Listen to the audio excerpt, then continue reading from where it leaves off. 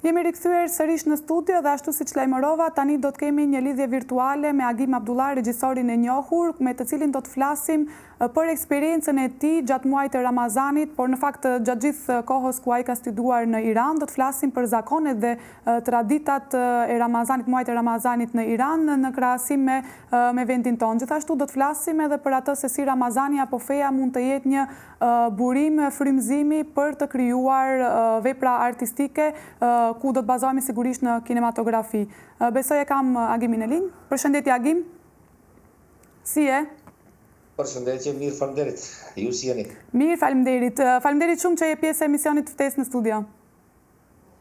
Gjithmonë kënaqësi, faleminderit juve për ftesën. Faleminderit. Do të flasim sigurisht për muajin e Ramazanit, duke qenë se ndodhemi tash në muajin e Ramazanit dhe është një temë mjaft e veçantë sepse do të sjellim një këndvështrim pak më ndryshe për sa i përket mënyrës, traditave, mënyrës se si festohet muaji i Ramazanit, sepse ti ke një eksperiencë ndryshe gjatë studimeve tua në Iran. Por të pyes në fillim, si e preti duke qenë se të gjithë ne në fakt e presim muajin e Ramazanit, e presim me padurim, është një muaj mjaft i veçantë për të gjithë besimtarët musliman, prandaj dua të të pyes si e ke prit ti, si të duket atmosfera që krijohet në Ramazan. Atëherë, faleminderit edhe një herë për ftesën. Unë do shfrytëzoj rastin domethënë që të gjithëve atyre që e presin ashtu siç e theksove edhe ti këtë muaj me shumë dashuri dhe dëshirë, t'ju uroj këtë muaj dhe t'ju dëshiroj që të gjithë ta shfrytëzojmë në maksimum duke i ditur mirësitë dhe dobitë që sjell ky muaj.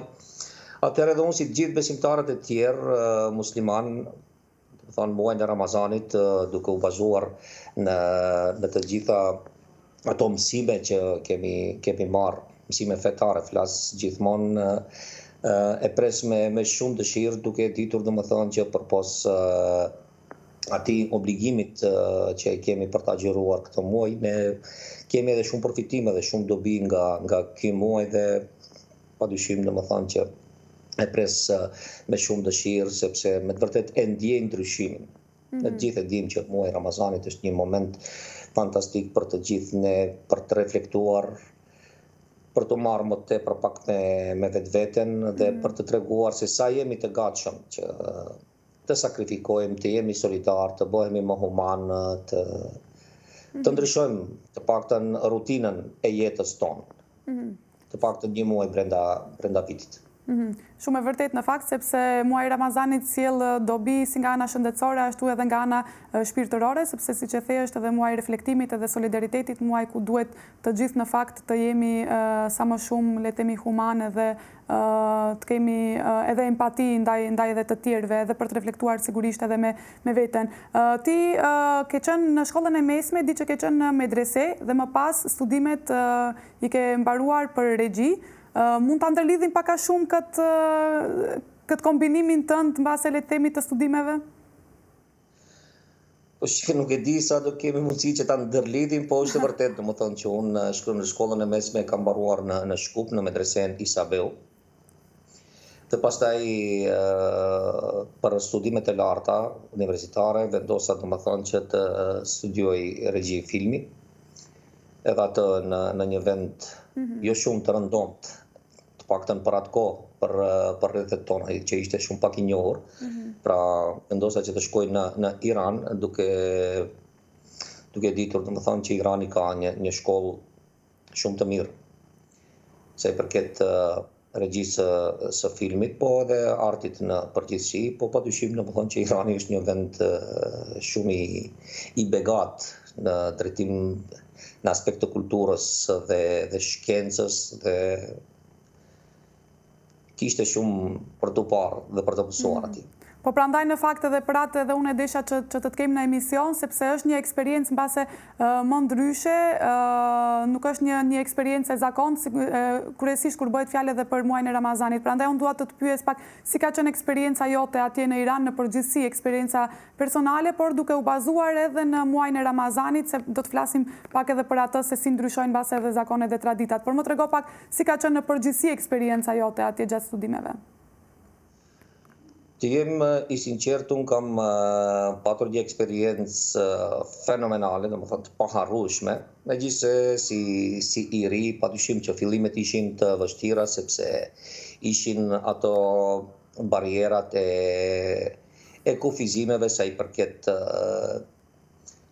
lëvizjeve, sepse siç e dini Irani është një vend islamik dhe jo gjithçka është e lirë, të them kushtimisht siç ishte këtu tek ne dhe ishte pak e çuditshme, jo që ishte pa përballueshme ajo për mua, po ishte pak e çuditshme, ndërsa gjithashtu edhe si vend ishte totalisht I panjohur dhe unë gjithmonë edhe sot të kësaj dite kur flas me shokë, më pyesin domethënë si ishte Irani, si dukeshte, unë gjithmonë domethënë përgjigjja ime është kjo se Irani është një botë e pa imagjinueshme për atë I cili nuk ka udhëtuar. Domethënë është e pamundur ta imagjinosh si mund të duket Irani nëse nuk ke udhëtuar, sepse e di filloi nga vetja ime, domethënë nga ato që kishim lexuar dhe kishim dëgjuar nga mediat, edhe njeriu e krijon me automatizëm një lloj imazhi si mund të duket një vend, mirëpo kur kam shkuar atje, domethënë jam ballafaqëruar me diçka, me një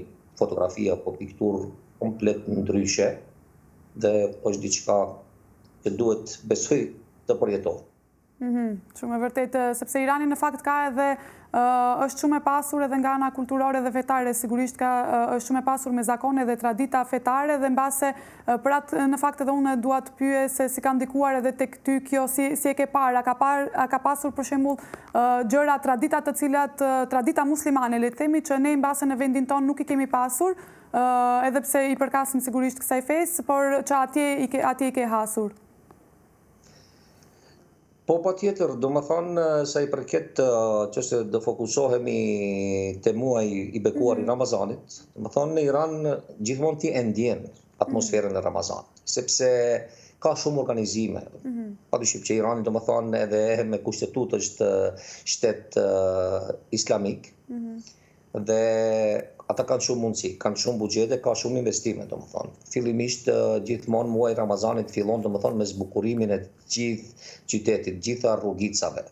Vetë njerëzit, vetë xhamitë e lagjeve, vetë këshillat e xhamive janë shumë aktiv në mënyrë vullnetare, mirëpo sidoqoftë prap nevojiten buxhete domethënë për të siguruar gjitha ato drita, gjitha ato zbukurime. Dhe puna e parë që bëhet për ta prit muajin e bekuar të Ramazanit gjithmonë është zbukurimi me drita shumë ngjyrshe I të gjitha rrugicave. Pastaj Gjë që nuk bëhet në fakt këtu tek ne. Mbase disa qytete marrin iniciativa të vogla ose bizneset private, por që tek ne në fakt nuk ndodh kjo që të zbukurohet për shembull gjatë muajit të Ramazanit të zbukurohen qytetet siç ndodh me vitin e ri.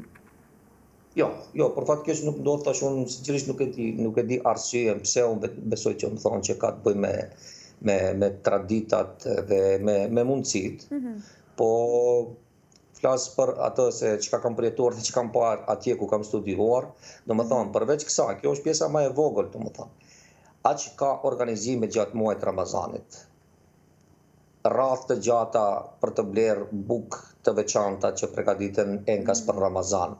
Supa të veçanta që përgatiten enkas për Ramazan, ëmbëlsira të veçanta që përgatiten enkas për Ramazan, sinqerisht duhet presësh domethënë me orë, 1 orë, 2 deri në 2 orë, duhet të presësh radh për ta blerë, mirëpo është ajo gjithçka që duhet ta bësh patjetër, sepse nuk e ndjen shihen e Ramazanit nëse nuk e blen atë supë, edhe nuk e qel iftarin me atë lloj supe, apo nuk e blen atë lloj ëmbëlsire.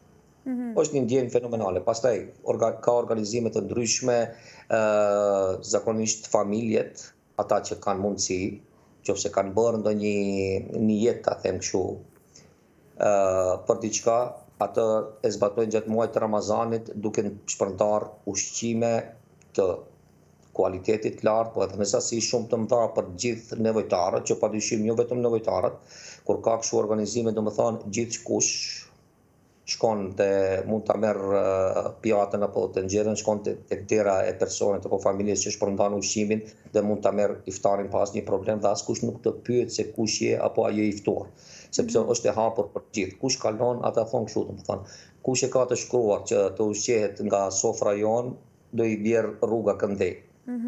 Interesant. Cila ka qenë mbase një traditë e veçantë që të ka lënë përshtypje, që të ka ngel në mendje, që mbase thua, mirë do t'ishte ta kishim edhe ne si traditë? Përveç këtyre, sigurisht këto janë gjëra organizime që ndodhin, po mbase një traditë ose një ritual që ata e kanë bërë gjatë muajit të Ramazanit që ka qenë mjaft interesant për ty, se ke parë ndoshta më herët.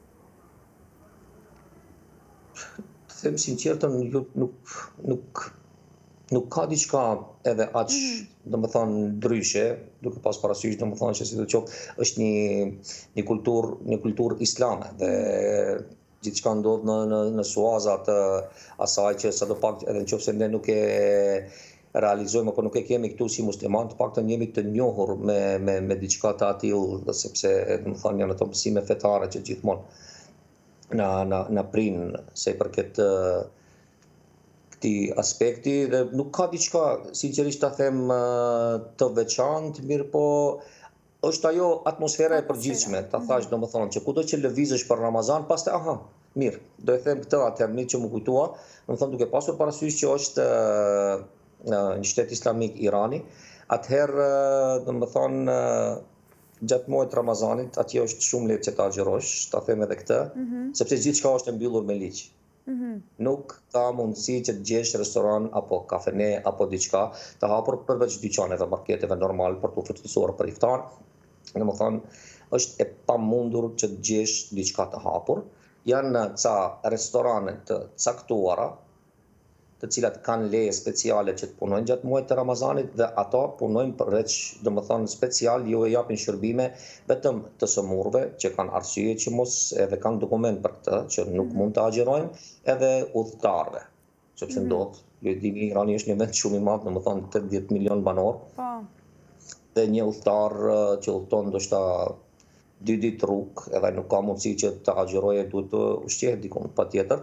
Mirë, po për këtë duhet domethënë të ketë dëshmi, duhet të ketë bilet avioni apo bilet treni apo bilet autobusi që të mund të përfitojë shërbime, sepse ka shumë kontrolle.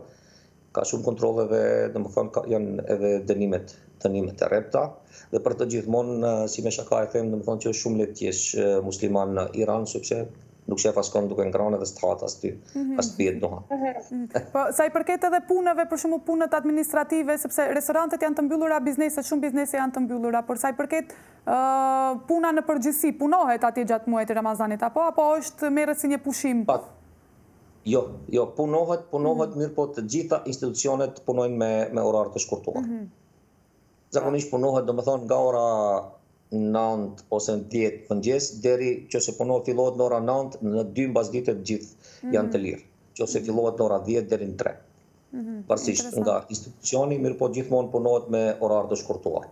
Prej 2 deri 3 orë, domethënë shkurtohet orari i rëndomit nga muajt e tjerë. Të ka rënë rasti derisa ke qenë atje gjatë studimeve, të ka rënë rasti të takosh mbase student apo persona të tjerë të cilët kanë shkuar në Iran, të cilët nuk kanë qenë të fesë muslimane. Të ka rënë rasti të takosh dhe si e kanë parë ato këtë muaj në Ramazanit ku çdo gjë ka qenë e mbyllur, si e kanë përjetuar mbase nëse të ka rënë rasti të takosh? Patjetër, ne si student domethënë kam pas shoqëri nga Meksika, nga Libani që nuk ka qenë musliman, nga vendet afrikane, mos flasim domethënë nga Gaboni, nga Kameruni. Mirë po është interesante domethënë që ata janë shprehur, si ta them, kur për mua, domethënë si musliman ka qenë shumë interesante edhe ndryshe për jetimin gjatë muajit të Ramazanit, padyshim që për ata ka qenë dy fish ndoshta më interesante.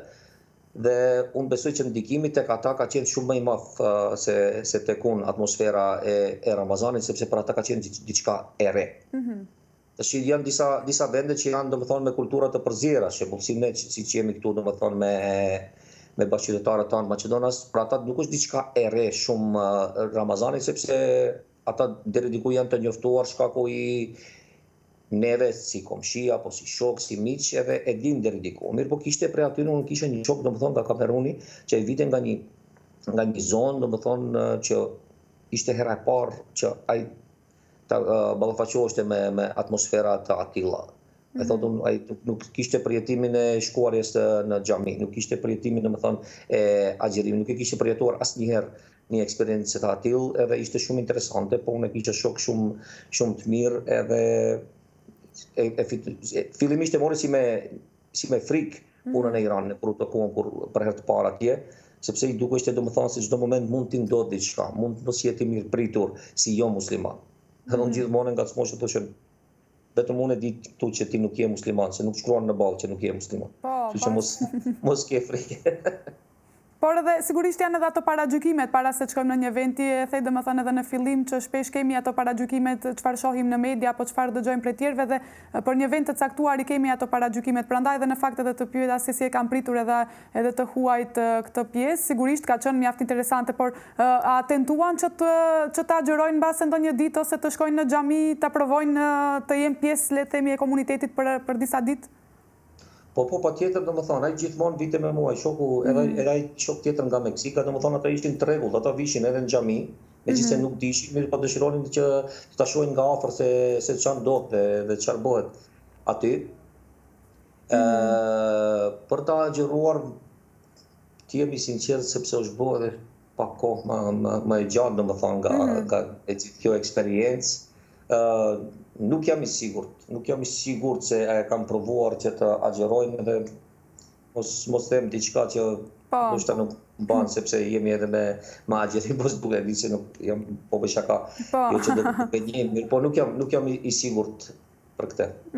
Megjithatë, besoj kam pasur edhe ato një eksperiencë edhe ti në fakt se ti e the që ne i kemi pak a shumë traditat e ngjashme si musliman, megjithatë ka gjëra të reja që sheh dhe sigurisht të vinë interesante, imagjino për to ka qenë edhe më interesant. Unë dua tash të ndërlidhem tek feja apo muaji Ramazanit me pjesën e artit, me atë në fakt që është fusha jote.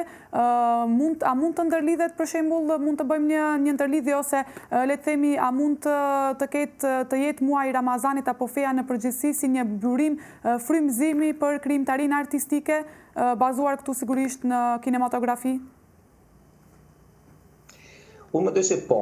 Unë mendoj realisht se patjetër që ka lidhje edhe atë shumë të fuqishme mes të dyave, siç mund të ketë lidhje domethënë edhe mes prej shumë elementeve apo fushave të tjera jashtë fesë me filmin apo me artin. Dhe besoj domethënë që edhe në këtë drejtim mund të ketë edhe ekziston një lidhje shumë e fuqishme, sepse ta them kështu. Feja neve na mëson që të jemi domethënë para së gjithash njerëz besimtar dhe të jemi njerëz të sinqertë, jemi njerëz të pastër.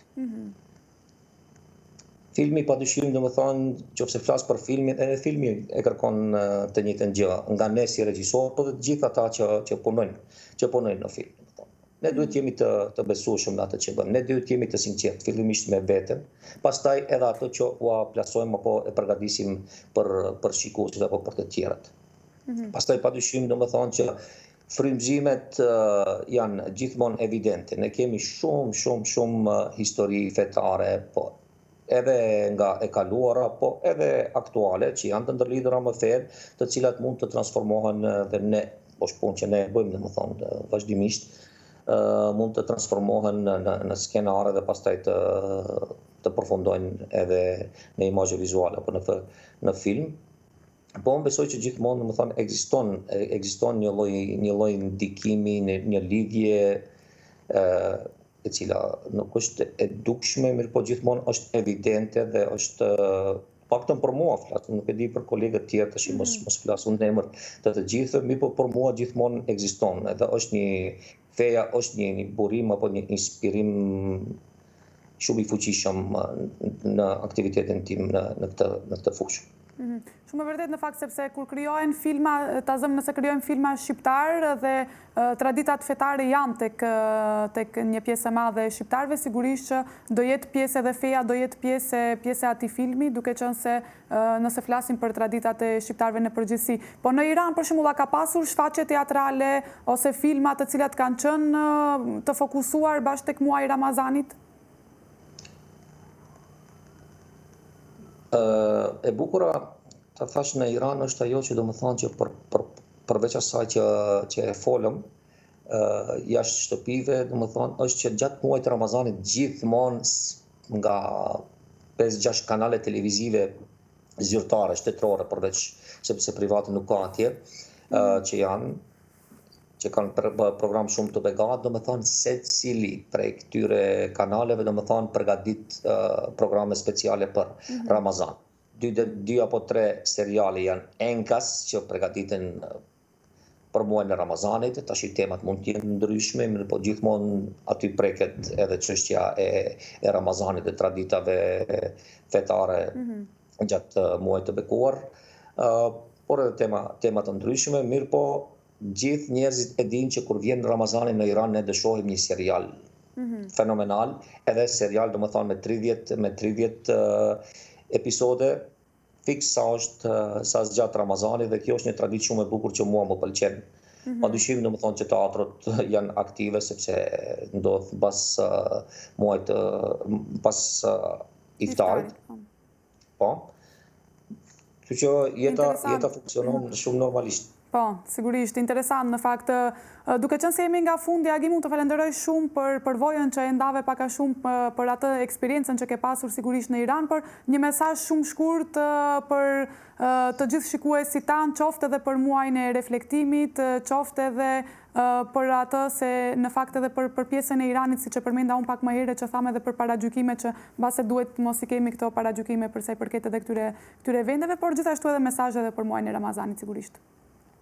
Po, unë tash sa i përket, kjo është pjesa më e vështirë gjithmonë e këtyre bashkëbisedimeve, domethënë nëse disa të jam i gatshëm për të dhënë mesazhe, sepse vetë kam gjithmonë nevojë që të marr këshilla edhe mesazhe, mirë po, unë do të them që duke pasur parasysh që jemi në ditë të shenjta, një muaj të shenjtë, ata që i besojnë padyshim që e ndjejnë dhe uroj që ta shfrytëzojnë dhe të përfitojnë sa më shumë nga ky muaj, ndërsa ata që nuk kanë bindje të fuqishme, unë do kisha thonë domethënë që është mirë që sa do pak ta provojnë dhe të mundohen domethënë që të njihen më afër pa paragjykuar domethënë se ç'a bëjnë këta njerëz, se duhet të rinë me orë të tëra pa ushqim dhe pa ujë.